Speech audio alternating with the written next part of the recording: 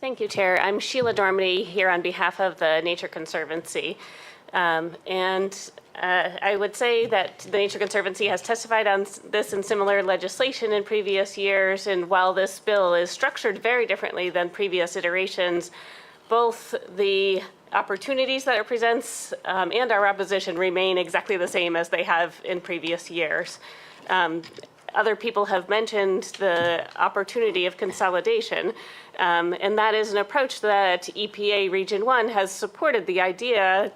We call it integrated water management in our geek world, where we put the drinking water and the sewer and the stormwater together, and there are significant opportunities both for cost savings but also for more substantial environmental benefits by doing all of those three things together. So this helps to open the door for that kind of approach.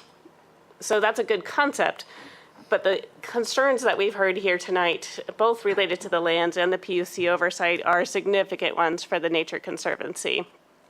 I think we haven't said it here in the hearing tonight, but the lands around the Scituate Reservoir are protected. A few parcels are protected by easements, a real legal protection for them. Most of it is protected only by a policy of the Providence Water Supply Board. So that is to say, if the Providence Water Supply Board changed leadership or changed its ethic, those lands are incredibly vulnerable from a legal perspective and could easily be sold off. And that draws us to the other piece of the concern related to the PUC oversight.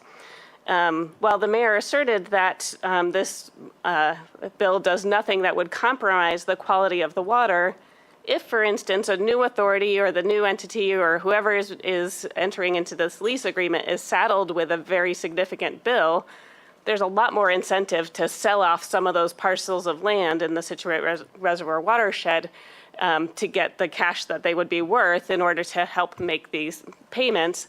And that is one of the ways that we would see significant compromises in water quality if we are changing the way that we're protecting the lands around the watershed. So we appreciate your consideration of this. I will just also note one other aspect that came out of the conversations in the Senate last year is a study commission that's currently ongoing related to the Water Resources Board and water supply management. We're very much looking forward to seeing the recommendations that come out of that commission that will help point us towards this more comprehensive approach to water management for the state that we think has been needed for decades. I've only been involved in this issue since 2009, so I can speak to that, but I know that it's been a much longer conversation than the one that I have been involved in. So thank you, Chair. I appreciate it. Thank you. Any questions or comments for this witness?